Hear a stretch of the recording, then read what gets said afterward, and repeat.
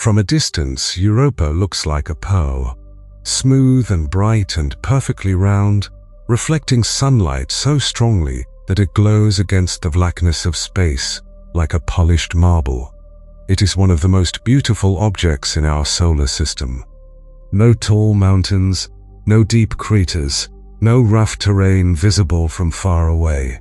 Just a clean white sphere floating silently in the dark next to the enormous bulk of Jupiter.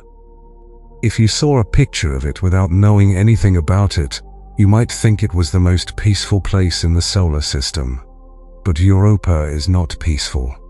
Europa is one of the most extreme and mysterious worlds we have ever found. And what is hiding beneath that beautiful frozen surface is something that has kept scientists awake at night for decades.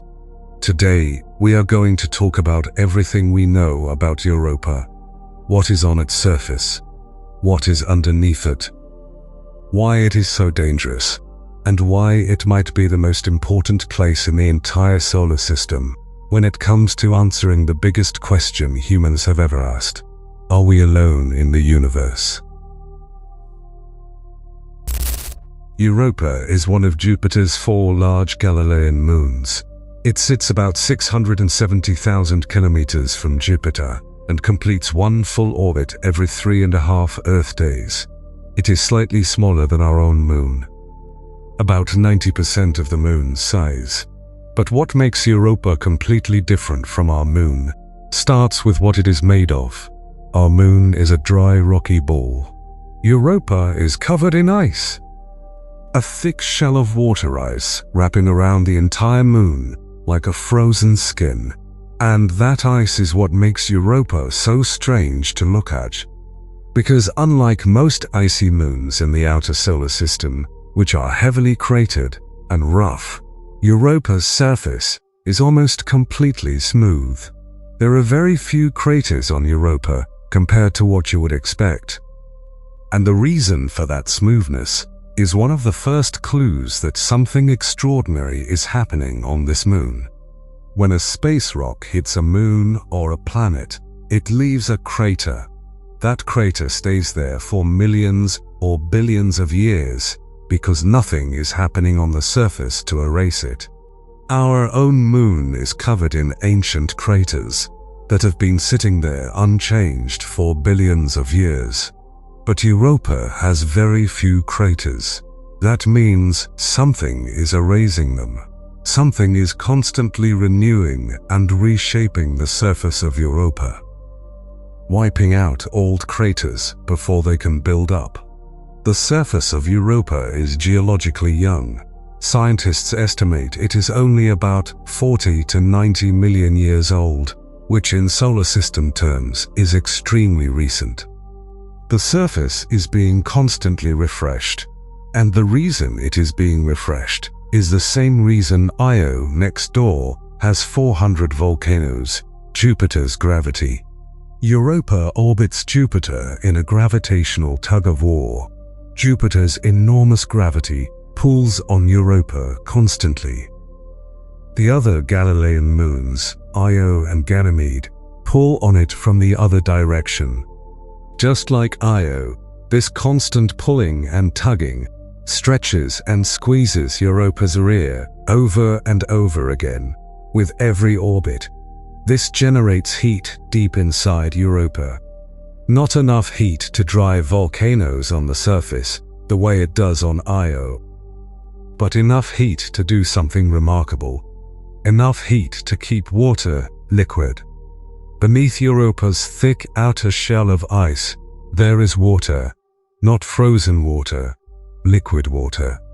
A global ocean of liquid salt water, completely encircling the moon underneath its icy crust.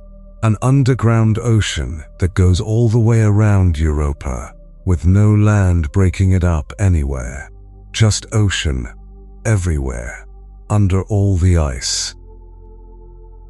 How do we know this ocean exists if we have never drilled through the ice to look?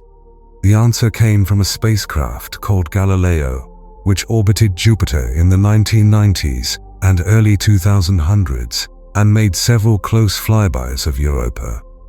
Galileo was carrying a special instrument called a magnetometer, which is essentially an extremely sensitive device for measuring magnetic fields.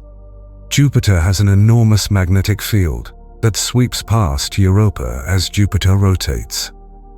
When the Galileo spacecraft measured how Europa was responding to Jupiter's magnetic field, something stood out immediately. Europa was pushing back. Something inside Europa was conducting electricity and generating its own magnetic response to Jupiter's field. Solid ice does not conduct electricity well. Rock does not conduct electricity well. But salt water does. The only explanation that fits the data is a large body of salt water somewhere inside Europa responding to Jupiter's magnetic field. Scientists concluded it had to be a global ocean. The measurements were too clear and too consistent to explain any other way. Europa has an ocean, and that ocean is salty, just like Earth's oceans. The ocean under Europa's ice is not small. Scientists estimate it could be around 100 kilometers deep. To compare, our deepest ocean on Earth, the Mariana Trench, goes down about 11 kilometers at its deepest point.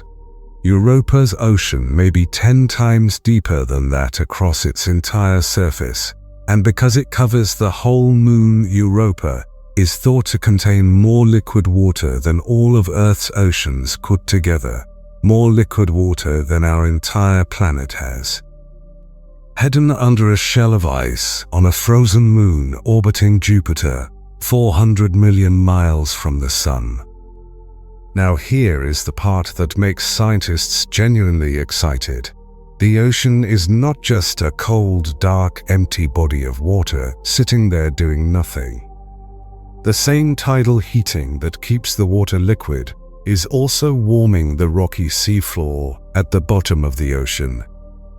And when you have a warm, rocky seafloor at the bottom of an ocean, something can happen that we know very well from studying Earth's own oceans. Hydrothermal vents. These are cracks in the seafloor where heat and minerals from inside the rocky core escape upward into the water. On Earth, we call these black smokers because of the dark, mineral-rich water that billows out of them like smoke. And on Earth, wherever we find hydrothermal vents on the ocean floor, we find life. Not just a little bit of life. Thriving communities of living things. Tube worms and crabs and fish and bacteria, all clustered around these vents, living off the chemical energy coming up from below.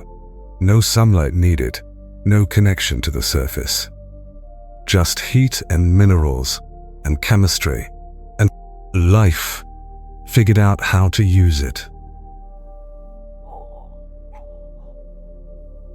Scientists believe the seafloor of Europa's ocean may have hydrothermal vents doing exactly the same thing.